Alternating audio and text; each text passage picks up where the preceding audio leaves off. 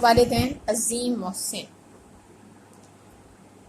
اگر ہم اپنے محسنوں کا حق نہ پہچانیں، ان کی خدمت کر کے دنیا اور آخرت میں سرخروئی حاصل نہ کریں تو کس قدر افسوس کی بات ہے۔ اطاعت کی اہمیت کا اندازہ اس واقعے سے ہو سکتا ہے کہ ایک مرتبہ ایک صحابی اپنے بیٹے کو حضور صلی اللہ علیہ وسلم کی خدمت میں لائے اور باپ نے شکایت کی کہ بیٹا مجھ سے مال پر جھگڑ رہا ہے۔ رسول اللہ صلی اللہ علیہ وسلم نے بیٹے کا ہاتھ اس کے باپ کے ہاتھ میں دے کر فرمایا، تم اور تمہارا مال سب کچھ تمہارے باپ کا ہے۔ پھر فرمایا، ہمیں جان لینا چاہیے کہ باپ کی رضا میں اللہ کی رضا ہے۔ والدین کی خدمات۔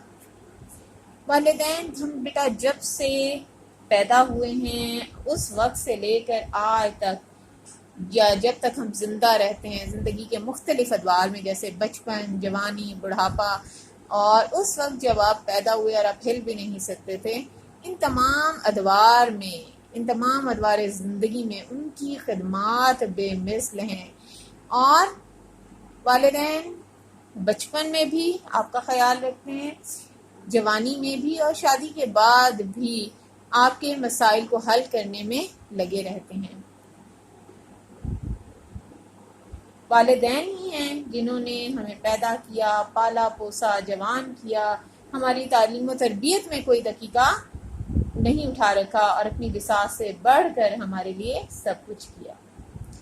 ماں باپ ہمیں انسانیت کا درس دیتے ہیں، رہنے سہنے کا سلیقہ سکھاتے ہیں، ہمیں زندگی کے اتار چڑھاؤ سے آگاہ کرتے ہیں، ہمیں ہر اچھے برے سے آگاہ کرتے ہیں، خود بھوکے رہتے ہیں اور کوشش کرتے ہیں کہ اولاد کا پیٹ بھر جائے، اولاد کو پیٹ بھر کھلاتے ہیں، اولاد کے آرام و آسائش کے لیے، ان کی راحت کے لیے دن رات محنت کرتے ہیں اور اپنے دن کا چین، راتوں کا آرام و سکون بھی قربان کر دیتے ہیں۔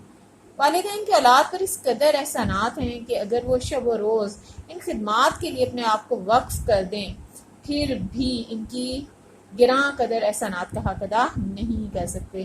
اس لیے ضروری ہے کہ وہ والدین کی ہر ممکن خدمت کر کے ان کا ادب و احترام کریں، ان کا خیال رکھیں۔ اگر ہم اسلامی تعلیمات کے حوالے سے دیکھتے ہیں تو اسلام نے ماں باپ کے تقدس کو اس طرح بیان کیے کہ دوسرے مذاہب کی تعلیمات اس کے مقابلے میں ماند پڑ گئی ہیں۔ اسلام نے اپنی تعلیمات میں والدین کی صرف خدمت کی ہی تلقین نہیں کی بلکہ احسان کرنے کی تلقین کی ہے۔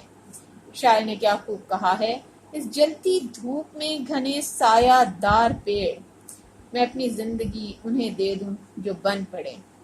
تو جس قدر ممکن ہے ان کی کوشش کرنی چاہیے، ان کی خدمت کرنی چاہیے۔ حضور صلی اللہ علیہ وسلم نے ارشاد فرمایا، والد جنت کے دروازوں میں سب سے اچھا دروازہ ہے، اب چاہے تو اس کی فرما برداری کر کے اس کی حفاظت کرے یا نافرمانی کر کے اسے ضائع کر دیں۔